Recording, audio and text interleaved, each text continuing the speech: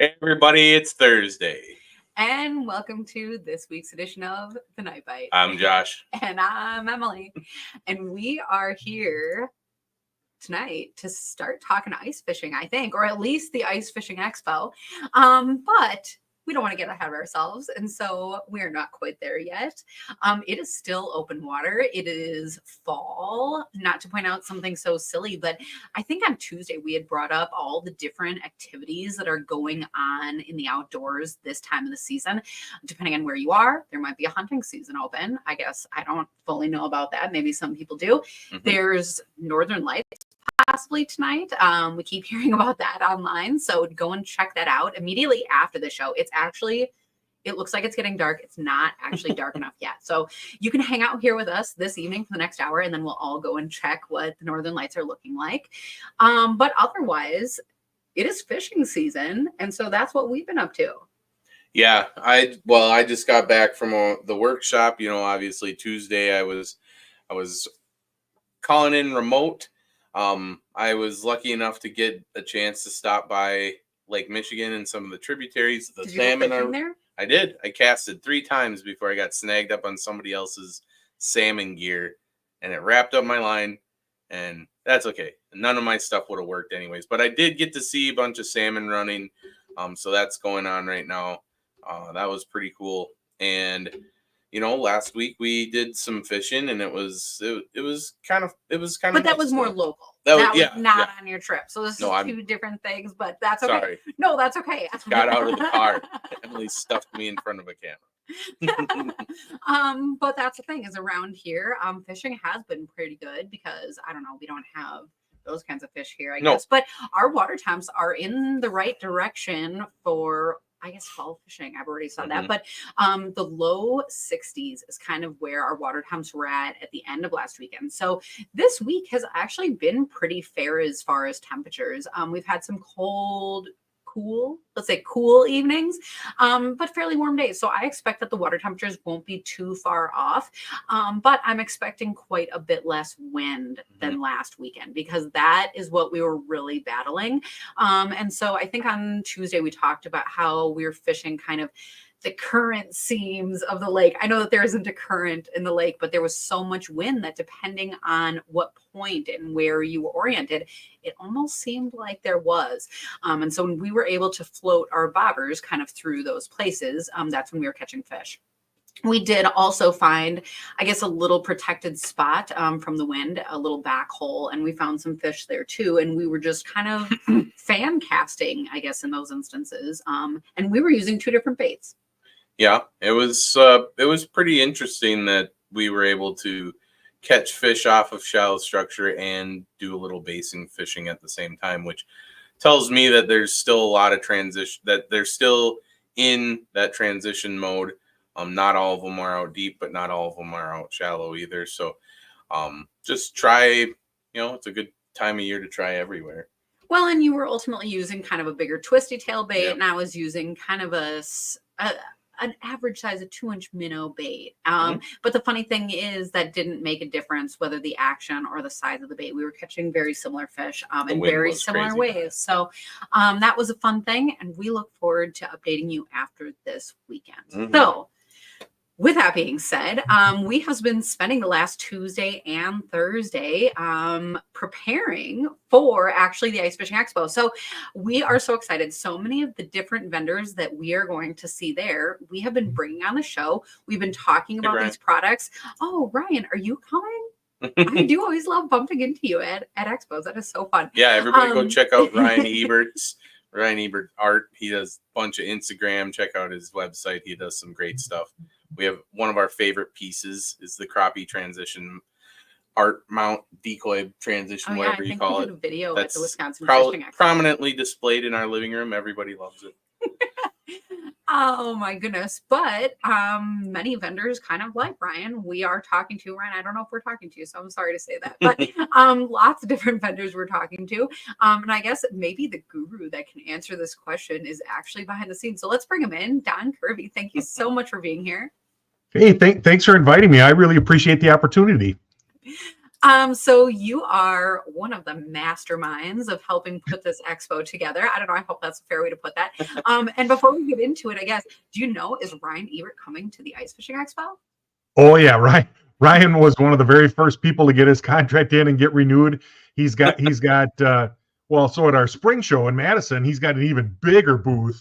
Yeah. It's like the Ryan Ebert semi truck display at Madison, but he's got a nice big, almost a double wide booth coming up at Ice again, just like what he had with us last year.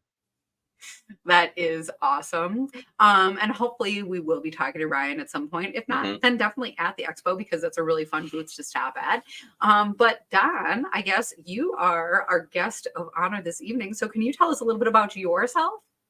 Sure. So I have been with the Bass Urban Advertising team now. I'm starting my 7th year. And so I think people are aware, we own and operate these fishing shows. But we are actually a full line advertising agency. A lot of people don't realize that. So we have all kinds of clients. We're just kind of a weird agency in that we own and operate these fishing shows, both the open water show in Madison and now the ice show in Oshkosh. And so my work for them kind of revolves around the shows. Operating, I think my title is expo coordinator, but I'm kind of like a utility infielder, right? I jump around all over the place and do all kinds of different things. I feel like the words awesomeness or extraordinary need to be in there somehow, because I don't know about that. My job a lot of times is a lot more like herding cats, right? We've got, believe it or not, so we have the Wisconsin Fishing Expo in Madison, and then the Ice Fishing Expo in Oshkosh, and then we actually manage another show I do for the Wisconsin Waterfowl Association that is a waterfowl hunting show that happens at Sunnyview in Oshkosh in August. So between those 3 shows, I work with, on a basically daily basis, about 850 vendors all the time for those 3 shows, and which is both terrific and tremendously challenging at times with deadlines and paperwork and stuff like that. But it's very interesting work. And of course, I'm so blessed that I get to work in my passions all the time, like I've been able to my whole career, which is pretty terrific. So I know that this is going on to year 2 of the Wisconsin Ice Fishing Expo, but I have to start by asking, why an ice fishing expo in Wisconsin? It's funny. Because of our connections in the industry, we've actually been looking at bringing an ice fishing show back to Wisconsin since 2019. People may recall that the last ice show in Wisconsin ran 2016 and 2017 down at State Fair Park. That was by a different entity, and they elected not to bring it back for 2018. And shortly after that, even before I joined the team, the guys, Dan and Jeff, were being approached by many vendor partners saying, you guys need to do this. You need to bring a show to Wisconsin. My gosh, we've got this unbelievable, tradition and legacy of ice fishing here, and perhaps second only to Minnesota. We need to do this. Well, then obviously, the pandemic slowed everything down. In fact, it really slowed us down.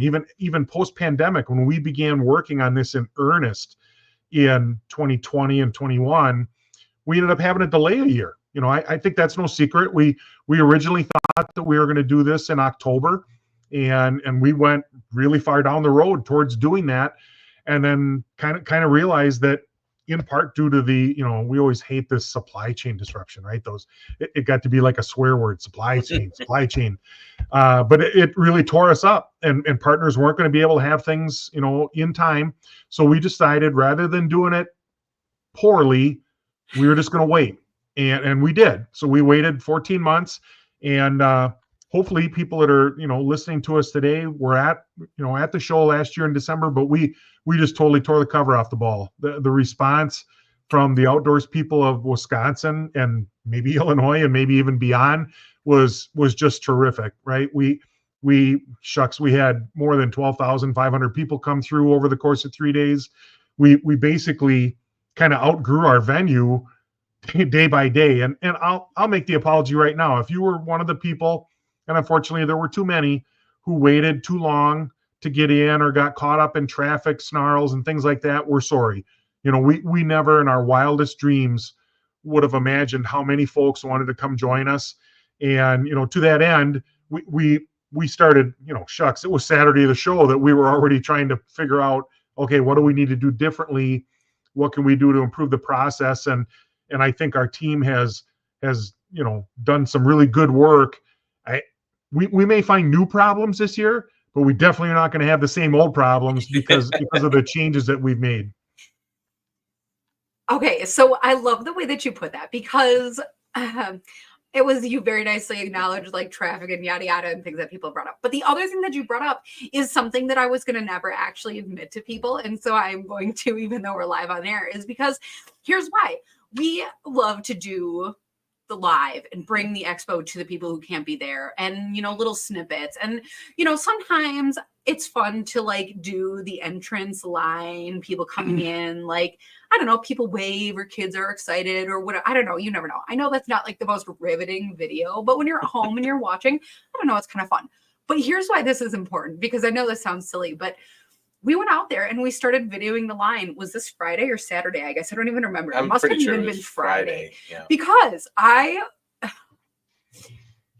honestly, we were doing this live and I tried to do this little mini intro and I had to like cut half the things that I was going to say because I was almost choked up at the number of people that were in the line. Like, I know that sounds so stupid to be like, oh, it's just people at an expo. Like, why would you cry over that? Okay, first of all, I'm not actually crying, but like, I was honestly so inspired by the number of people in Wisconsin that were there to be a part of that ice fishing community. Because Don, the other thing that you mentioned is we might only be second to Minnesota for ice fishing, or however you put it. I'm not trying to put words in your mouth, but I'm not actually convinced that Wisconsin is second in ice fishing anything.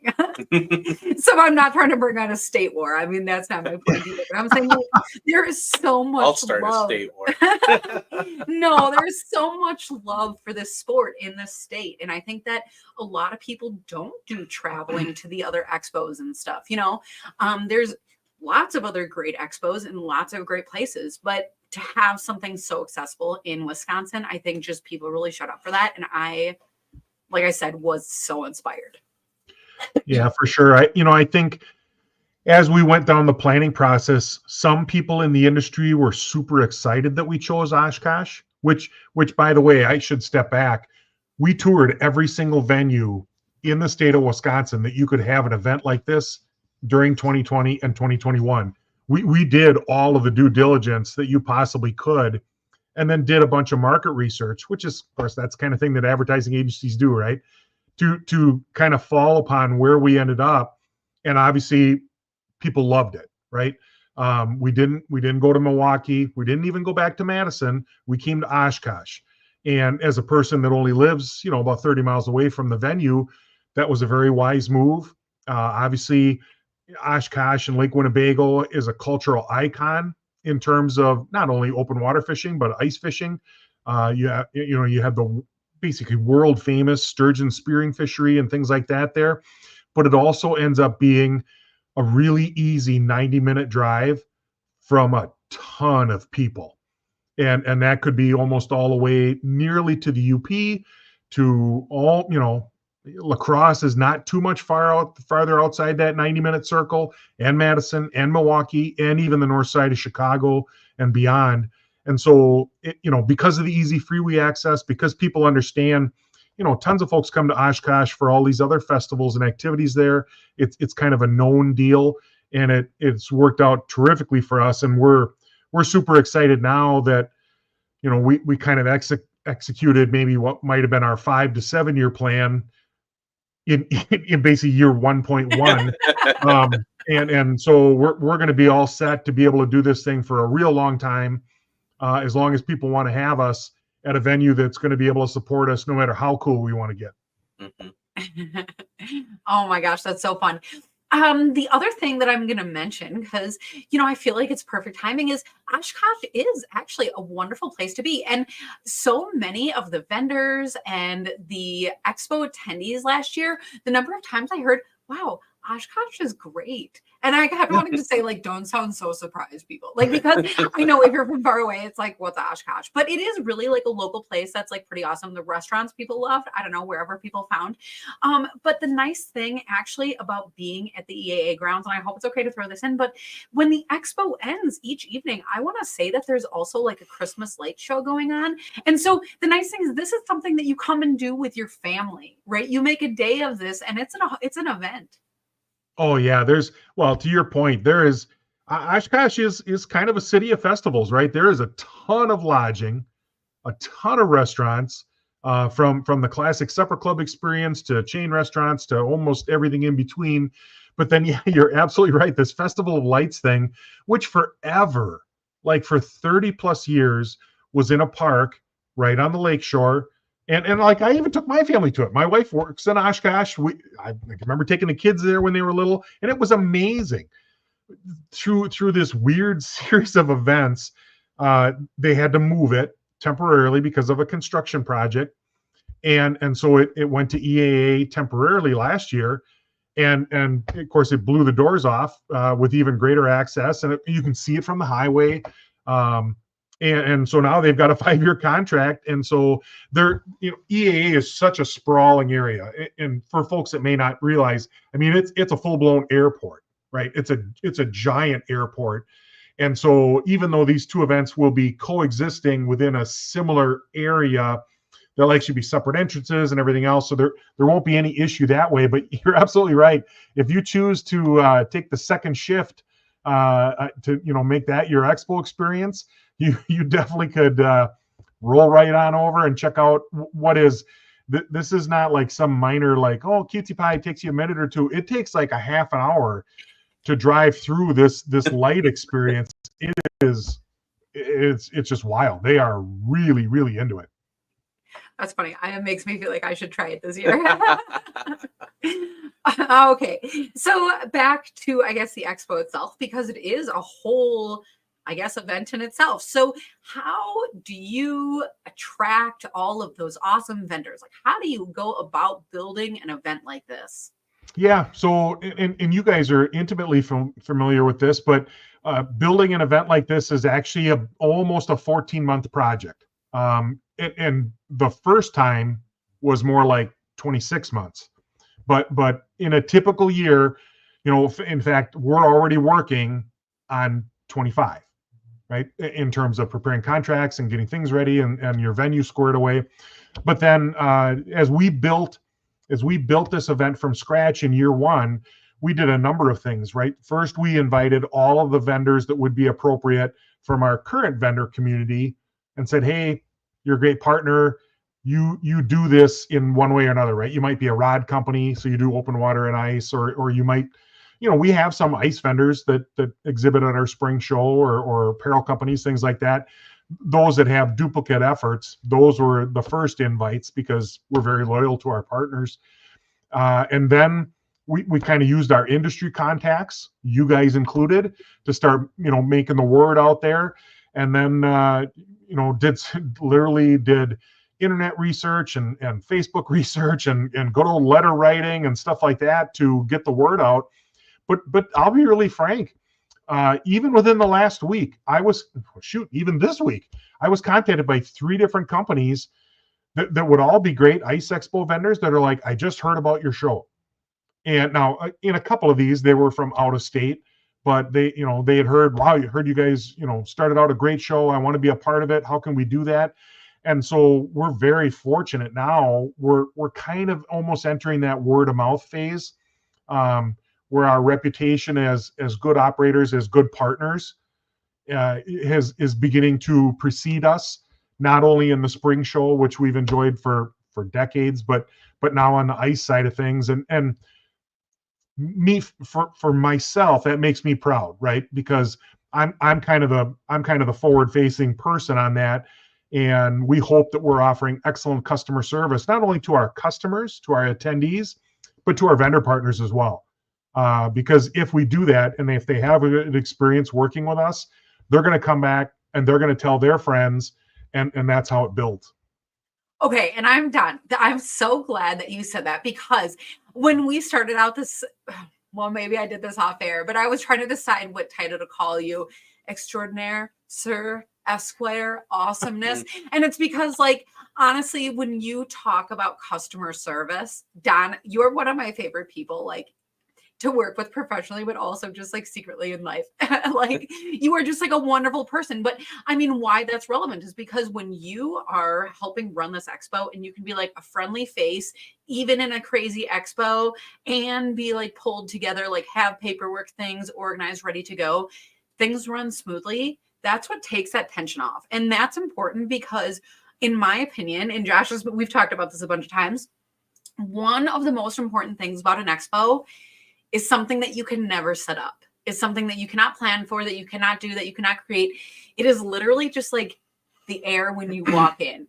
Okay. And I'm not talking about like oxygen or if people are sick or whatever, like hopefully everyone is well. But what I'm talking about is when you walk in and you can tell if there is excitement or if vendors are like kicking their tires that I have to be here, right? And so I'm not pointing my fingers. There aren't expos that are bad, you know, and that's why they keep going. But I'm saying when that energy is up and when people are excited to be there because things are running smooth and their booths set up nice and the paperwork is all in order and Don was super friendly and I even got a high five. It just, the whole thing just comes together. And so, I mean, that is just a huge piece of it, is honestly. Yeah. You can't manufacture that tingly electric feeling that you get when you walk in, and I'm sure everybody that's attended an expo knows what I'm talking about. Like, it's just there's something about walking into a place where every single person, vendors, the advertising company that's putting on the show, you know, all the rest of the people that are attending the show, even the facility staff, like everybody is there because they like ice fishing.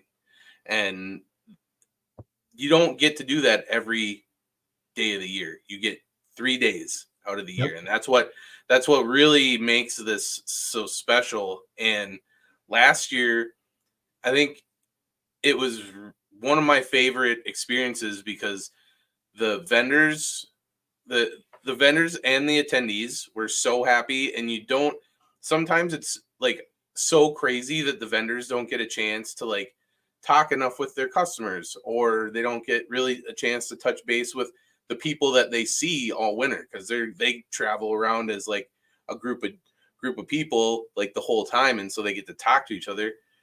And these people were like kicked back in their booth because all of their stuff was gone, and they're like, man, I didn't bring enough and I have to go back home, but that's okay. And they're able to sit and talk with their customers, and everybody's joking, and it was just such a fun time last year. And it's exciting this year because it's almost like another first year.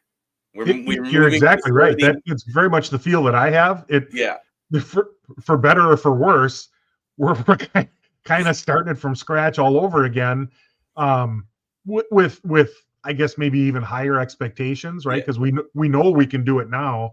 We just want to do it better and smoother and creamier and everything else. Mm-hmm. But I appreciate your comments, Em. You know, not everybody knows this, but I spent the whole first half of my career in retailing, right? In building customer service teams. I was with the old Gander Mountain chain and built that giant enterprise from when it was just a handful of stores.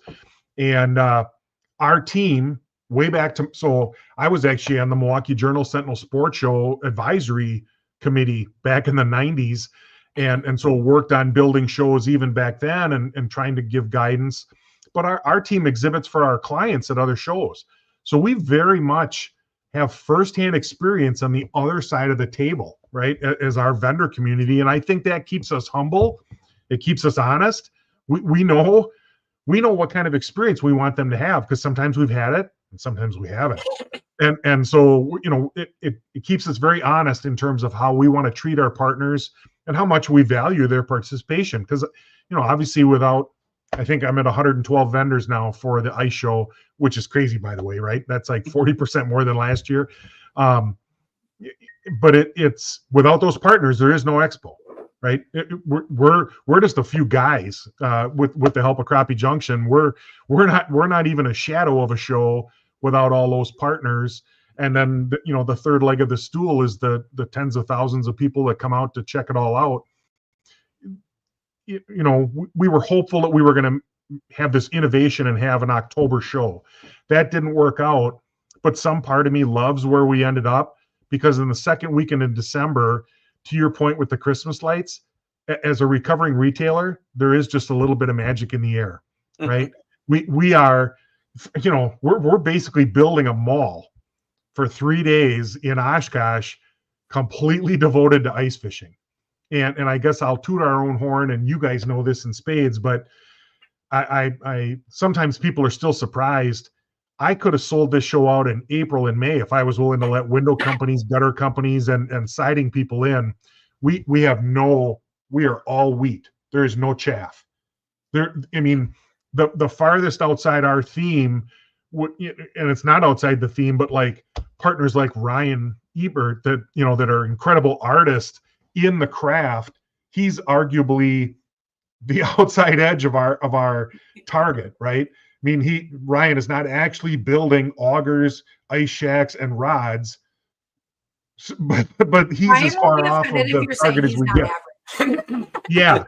So it's a very, very clean show. I think that's what people, they come to our events and they understand the value.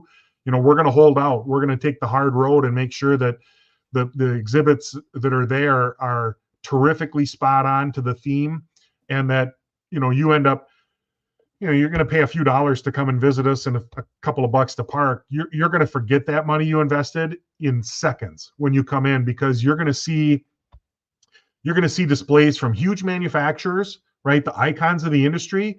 And right next to them, you're going to walk by some booth and go, what the heck is that? I have never seen that anywhere. We literally have several vendors that really don't even have like a website or a Facebook presence or anything. And I love those kind of vendors, right? Because where else are you going to see them? You have to interact with these people. Many times they're entrepreneurial. They've got this cool invention, and it's something that they're solving a problem. And that makes for an exciting adventure, right? You've got to walk every aisle, every booth, because otherwise you might miss something. You might miss something. That's what I'm honestly always worried about, because when you talk about so many different booths there, and they are all fishing themed, or however we put it. The one nice thing is that if you're looking for walleyes, bluegills, crappies, this, that, whatever, you want a pike and tip ups, and there is going to be something for everyone. But then I do always worry about missing something. I was distracted reading Ryan's comment. That's funny. Okay, awesome. Don, I do have to ask though, one of the things that I might miss from last year is all those food trucks. So I know last year there was 2 buildings, and hopefully people made it to everything. And the food trucks tied it all together. So are we really going to miss out on that this year? No, not at all. We have even more food trucks because we don't want anybody to leave hungry either. So from a technical standpoint, so we'll get into the numbers, right? Last year we had about 37,000 square feet of exhibits inside and outside. This year I have a single airplane hangar that's 58,000 square feet just for the inside. So basically everybody that wanted to be inside last year is in. We're not allowed to have the food trucks in, open flames and things like that.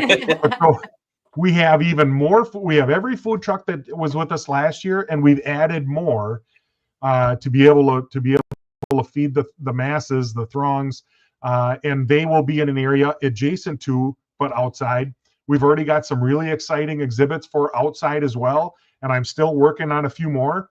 We had the incredibly good fortune. I sold out the last indoor booth about a week or 10 days ago. I'm starting a wait list now in case we get cancellations. If you're hearing me and you're an ice fishing vendor that oh my gosh, I didn't know, and I want to talk to Don, send me an email. We'll get you figured out. Because who knows, you might have a late cancellation this year, or we'll get you on the list for next year. But so we're dramatically larger than last year already. Something in the range of 40 or 50% larger, and of course, people have to visualize this is, 60,000 square feet. That's a huge building. That's half again as big as our typical biggest Gander Mountains. It has 7 poles to support the roof in the whole thing because it's airplanes, right? So you got to be able to move around in there. It's this gigantic building. It's beautiful and white inside. We'll be able. We made our seminar room, almost twice as big. Pretty much before Memorial Day weekend came, most of our partners all doubled their booths or bigger that were returning, and then we've added just scads of new vendors. I'll put in the shameless plug. If you haven't been to our website, icefishexpo.com, you should jump in there. You can see the vendor list and the map. So it's a terrific expansion, and maybe this is the 10-year plan, but EAA is large enough. There are 3 additional hangars there, 40,000 square feet each, that are about, 200 feet apart from each other. And so theoretically, if the industry deemed it appropriate and we had more vendors that wanted to come yet, we could grow even further without ever having to leave EAA or Oshkosh. So the neat thing about the move to EAA, or used to be closer to me local, EAA ran 675,000 people through this venue in the course of 9 days in July. They know how to herd cats, right? So if I'm like the Bush League cat herder, they are elite angelic level cat herders. And so they have the facilities teams to do the parking, to do the ticketing, to keep traffic off of the road on their own site. We're going to have just a billion spaces of parking. We're going to have parking shuttles for free. So you pay your $5 to park. We're going to have a shuttle to whisk you to the door, to whisk you back to your car afterwards. Just this week, I had meetings with the EAA again. So we've got an idea figured out where we can stage trucks, semi-trailers, and things like that. So if you buy a shack or something else, bulky, an auger or something at the show, you'll be able to go and make your pickup and then head out to the light show or head out to the Mine Shaft restaurant, and have an old fashioned or whatever. The facility is going to be able to support our needs no matter how big we want to grow this thing. Oh, goodness. I don't even know how to respond to all of that, Don, because first of all, that was so much information and I was absorbing all of it. And honestly, just like envisioning being there, because it is really super exciting. But one of the things that actually, shockingly, out of all of that sticks out of my brain is last year, the seminars were so popular. And I'm only bringing this up because I was genuinely surprised. I have been to some expos in the last few years where they cannot get people to come to seminars, even if they're giving things away. I have no idea. Why would people not go? I love that kind of stuff. But that's what happened is in Oshkosh, everybody wanted to go to all of these seminars. And that's not a knock on other expos or other things. It's just like people and what they decide. And so it just was really cool that the energy was for like that learning. And so it's really cool to hear how much more space is going to be available. Mm-hmm. I would agree. And I'll give a tip of the cap to my boss, one of our owners, Dan Durbin. Dan, he's a bit of a savant when it comes to putting together these seminar schedules, both for the spring show and now for the Ice Expo. And I somehow he has this very unique mix of super local topics that he tries to hunt down, and then more regional stuff, and then you mix in some maybe household name type, celebrity type folks. And I think that's really it, is kind of matching the hatch to what are people going to want to hear about, what's timely, what's new out there, or what's a technique that maybe isn't new at all, but I don't know how to do it, and I want to learn how to do it better on this particular body of water or this skill set. There again, I would push people to the website. He and Todd, our website guru, have been updating the seminar speakers within the last 10 days tremendously. It's not done yet, but holy cow, the lineup looks really great. And I'll be frank, because I'm the guy that builds the maps too, right?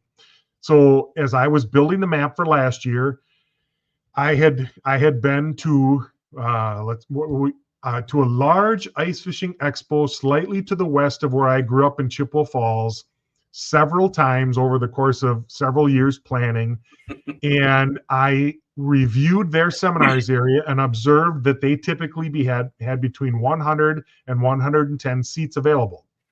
And I thought, well, we're certainly not going to need to be that big because we're just a bunch of bumpkins from, the Fox Valley. We could probably run with like 80 and we won't fill it. But you don't want to go too small and you don't want to go too big, because then if you have 30 people at the seminar, it feels kind of lonely. So we rolled with 80. And by like the third seminar, I was being accused of short stroking it and not doing a very good job with event planning.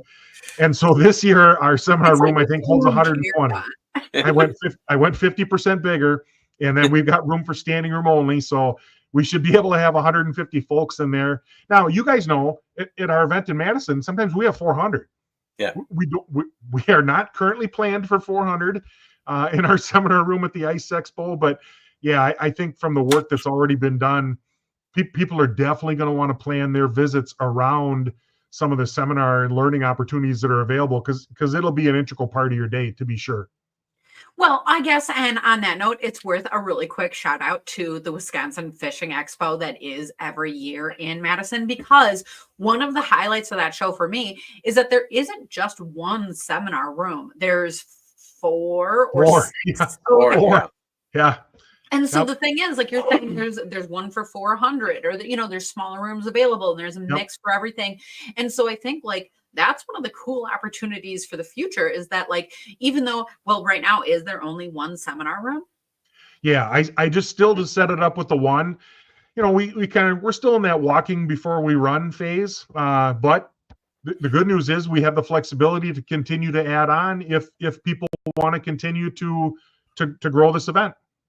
Well, and that's one of those really awesome things. Like when we first started this conversation, you were talking about like, oh, the mistakes from last year, and we just won't have to make those again. And who knows, new mistake. But that's the thing, is that growth mindset is like whatever people are interested in, whatever people want to do, the food trucks that people like come back, the vendors that people want to see, they all come back, it all works out. And so if it happens to be seminars, people love seminars, there's always, reason to expand that. You were saying maybe in the way future that there's another building, there could be a whole nother seminar room, like who knows.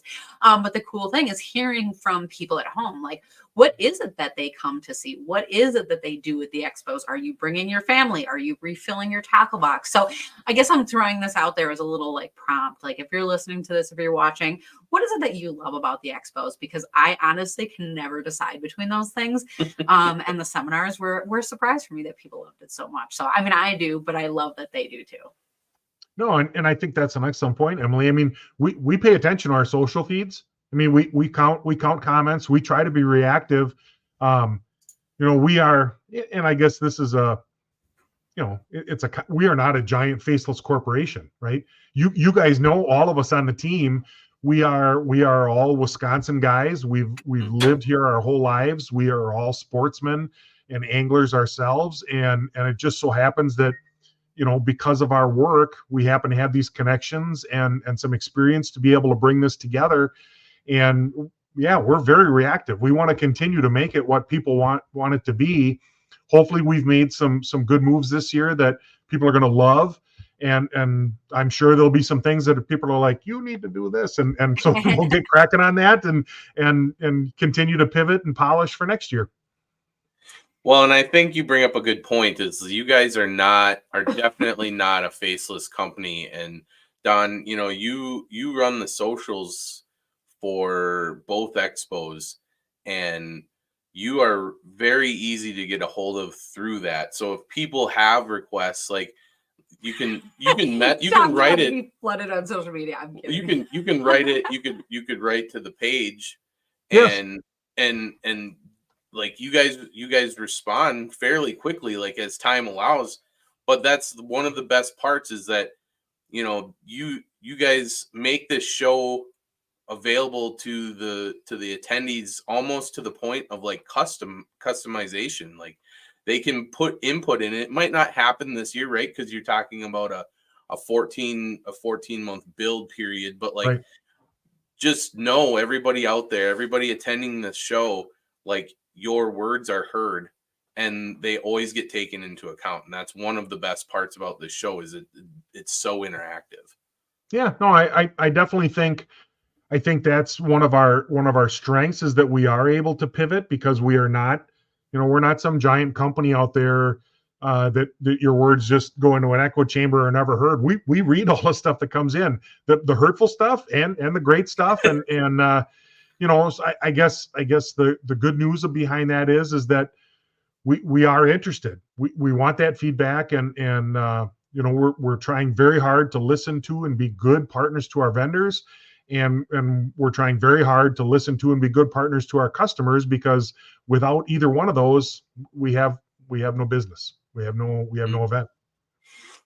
So one of the other things that you had just mentioned right before that was, though, ease of access. And I loved hearing that, because people, I mean, that's the thing, is everyone wants to get in and see it. So one of the things that's actually available already is that people can buy tickets online. So can you tell us a little bit about that process, or what that looks like?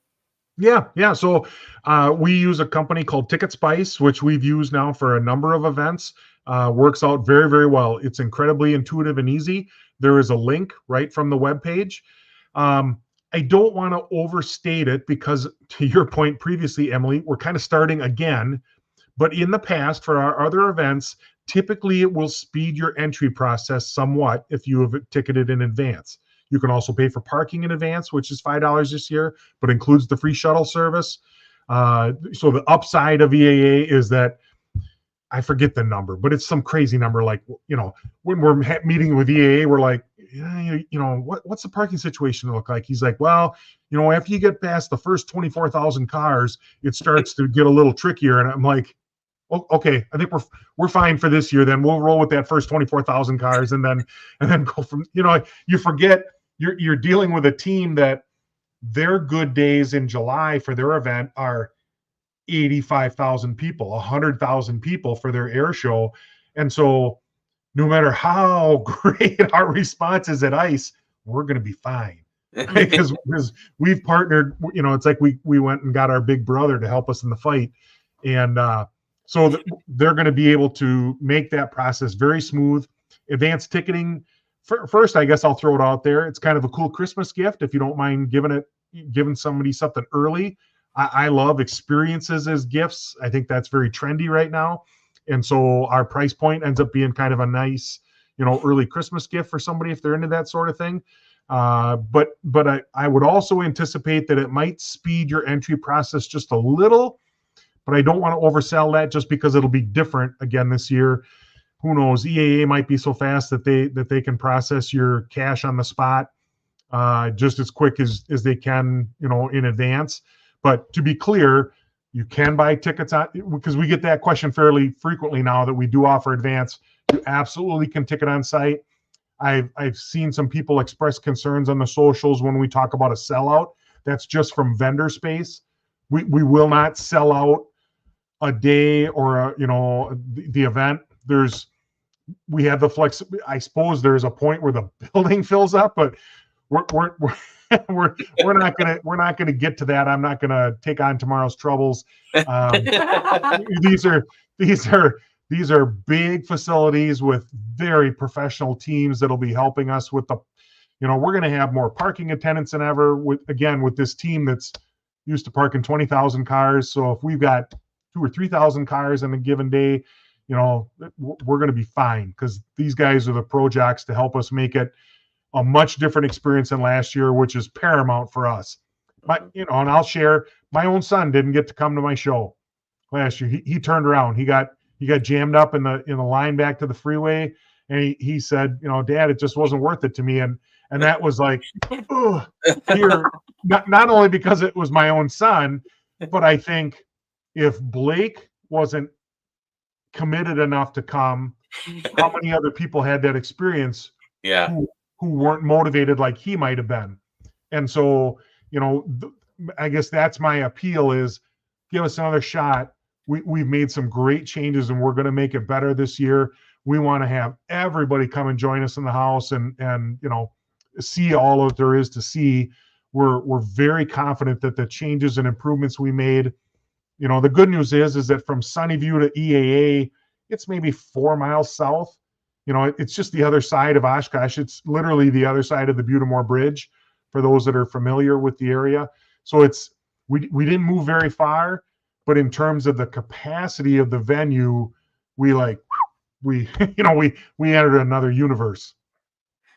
And the nice thing is that once people are in, it is going to be booth after booth of tackle and guides and places to go and products to use and tip ups and storage solutions. I can't even name it all. I can't even name it all. But that's the thing, is whatever people are looking for, there is something there for that. I do think it is worth a shout out, though, that there are a lot of family friendly activities. So if your family is you and your buddies and you want to come and grab a beverage, I am pretty sure that there is a bar. But if your family is you and your significant other and your kids or whatever, there is even activities for youth as well. Oh, for sure. And that's a great point, Emily. I mean, our team, we're all parents, right? And so we run a very family-friendly event. You're going to see all of the tools of our trade that we've used in the past. So we've got the Ice Junkies Youth Zone with literally, fun activities to entertain kids. Then you're going to have, there's booths like Bob Allen Books that are literally kid-focused literature and things like that. What's that? I think we get to talk to Bob on one of these podcasts. Oh, awesome. Yeah, Bob is a hoot. Yeah. But we'll bring fish bingo back, right? That's going to lead you around the event to make sure that you get to see everything. And then you get to win a free prize for the kiddos. We're bringing the trout pond back, so you can literally fish for live fish that you can put back, a fish you can keep, catch a tagged fish, you win a prize. There's going to be a really cool drawing that I'll just tease out a little bit from Big Fish Encounters, our Yeti Fish House dealer partner. That will be coming to the social feed soon. So I'll just throw that out there as a big old tease. But that'll be something that you can enter for free. And then in addition, you've got people like Santa that are going to be showing up on Sunday and things like that. So there's a lot of kids activities. It is super, super kid friendly. I would encourage people to come because I think kids are going to think it's a blast. And to be clear, kids 12 and under are free, right? So, I mean, we're trying to be family friendly in a number of different angles. But so, yeah, by all means, please plan to bring the kiddos out. Oh man, that's actually so fun. I didn't know the kids were free. I thought that, I don't know, it's silly, but it's easier to bring them when they're free, when they're included. So that's a good thing. Well, and I think this is a good time to point out that you guys spend a lot of time making sure that the youngsters have something to do and immerse themselves in fishing related activities more than just like looking at stuff. One other thing that sets this expo and the Wisconsin Fishing Expo apart from any other that I go to is that you have a team that goes out and hands out free stuff at random the whole weekend. And it can be anything from a whole fishing combo setup all the way down to a hat, lures, all kinds of stuff. And so I think if you weren't already enticed to bring your kids, I hear those people are more apt to give free stuff to kids, families. Families. So I have heard that as well. I've heard that those charitable folks from, let's be correct, the giveaway gang, yes, are very charitable folks. Trademark pending, giveaway gang, copyright 2024, Don Kirby Enterprises. Did you just say copyright? That's kind of an inside joke. We shared it on the social feeds, but we our team. It's cool to be recognized, right? We're finally must be getting big enough that we're being recognized. So then you get fun things like letters from attorneys telling you to cease and desist and never speak those words again, and fun stuff like that. But yeah, from now on, our friends from Crappie Junction will be forevermore known as the Giveaway Gang, and we'll be up to their shenanigans each day of the show as well. Yeah, and it's super fun. I mean, there's so many times that Emily and I have been able to go around and have it's quite honestly like an honor to be able to share just fishing with people, right? Like, and we try our best to mix it up throughout the weekend and make it as random as possible. But there's always like one little moment every year that like makes it so special. And last year we were able to give a young man that was pining over some augers an auger setup, and it was something that he'll remember for the rest of his life. He was like wanting an auger that day, and he knew he couldn't have one, and that's what we had to give away. That's what we had to give away. That was in our hand. That's who we found. And I think I shared with you guys the story. I had a little girl come into the show office, because she'd caught a tagged trout, and she literally looked like Cindy Lou Who, from the Grinch. She was maybe 3 years old, and so she had won from HT Enterprises this really cool like lime green fishing combo. And she was kind of excited, and and it was all cool and everything. And then someone said, "Hey, can you hold up your rod so we can get your picture?" And she did like a Luke Skywalker, like bam, with this rod, and she was just beaming. And I was like, you know what? This little person is going to remember this for a long, long time. She came with her folks, and she had a blast and got to catch a trout, and then somebody gave her this rod, and what a cool experience for those young people that choose to come out. And at the end of the day, that's what an expo is all about, right? It's coming together. It's that mirage, right? It's the mall that we're going to build for 3 days at an airport in Oshkosh for you to come and hopefully learn and talk and check out what's going on, get fired up for the ice season that maybe with a little luck is almost rolling by then. And we're super excited. We're just barely 2 months out now, so it's going to be here quick. And I'm glad that it's going to be here quick, because we could almost talk about it until that point. Because I hate to say, but Don, we usually talk for about an hour, and that hour has almost gone by. I feel like we barely tipped or scratched the tip of the iceberg of all the things that are offered. So what did I miss? Like, I feel like there's things that I should have brought up or that we should have talked about. So what do we need to talk about before we leave here? Yeah, no, I think we've done a good job. I really appreciate the opportunity to talk to folks. We want, because of course this podcast is going to live. This thing has legs, and people can go back and check it out. We want to let people know that we've moved and why it's awesome. And I think we've hit on all that, right? In terms of we think you're going to have a much different entry experience. You're going to have a tremendous parking experience, and of course everything is huge. Much larger than last year, more vendors, everything's bigger. So we're very, very excited about that. And yet all of the things that you love, we didn't call anything off, right? So all of the stuff that was great, whether it's the trout pond or Santa Claus or the food trucks, we've kept all of that and just tweaked it or made it bigger and better. And same thing with seminars. So I guess my request would be keep an eye on the website, right? Because there's still things being added there. If probably everybody that's going to see this already follows our social feeds, but if you don't, please do, right? Because that's where the daily bread comes out, the really hot, fresh stuff. Not only for our Ice Expo, but if you haven't explored our show in Madison, please do. We try to have funny content year round. Partly because we know that that's the right thing to do from a advertising agency perspective. We know that our audience will have further engagement if we speak to you regularly.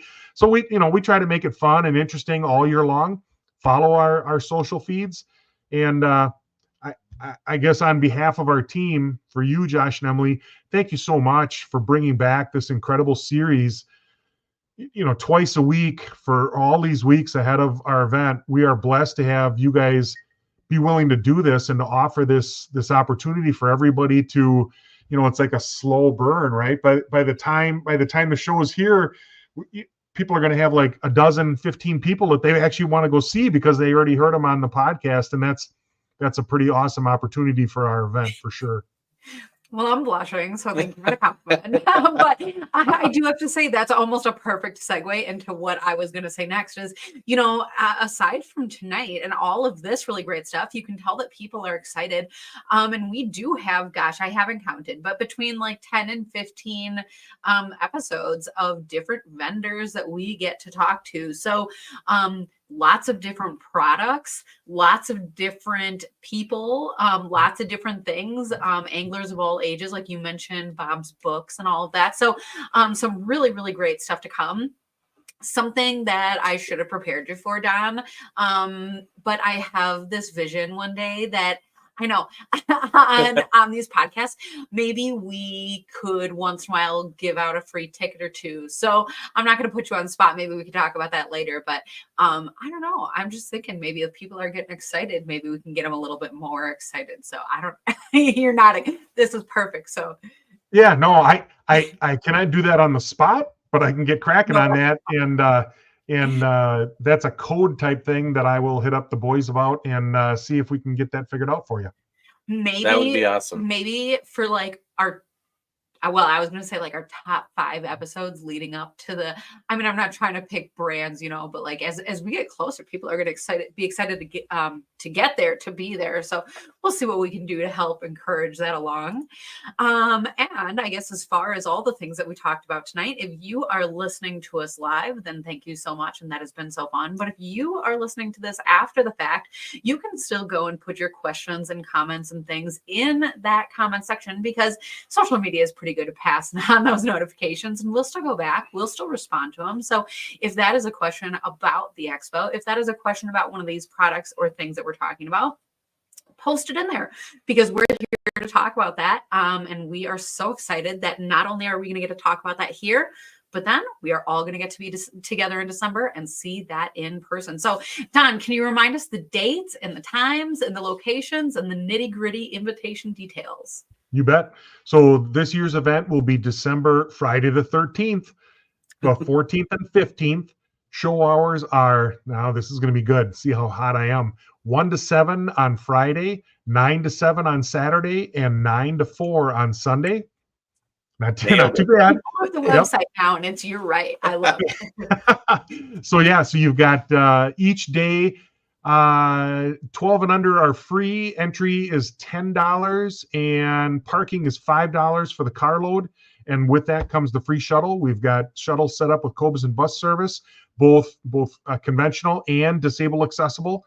So we want everybody to be able to come and really enjoy themselves.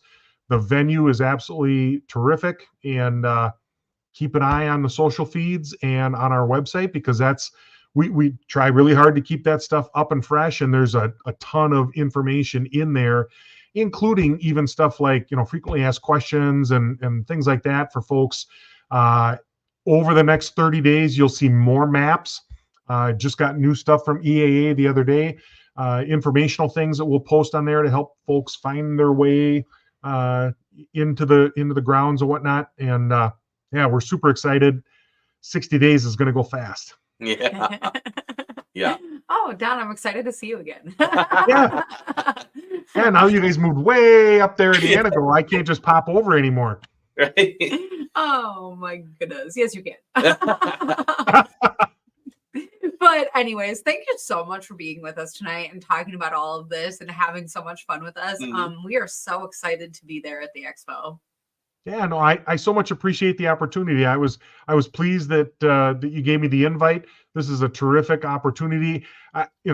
Hopefully tons of people can have their questions answered, both not only tonight live, but as they view this thing downstream.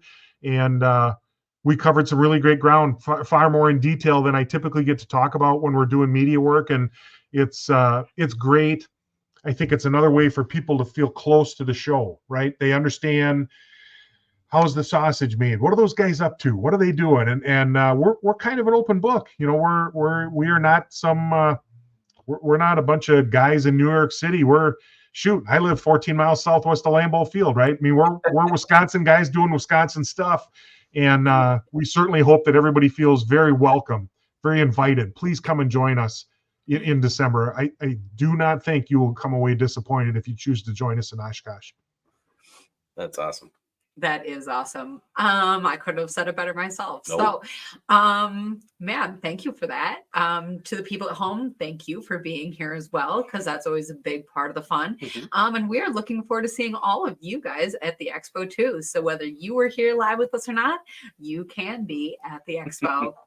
Looking forward to that. And if we don't see you with one of these podcasts, we'll see you in December. Good night, everybody.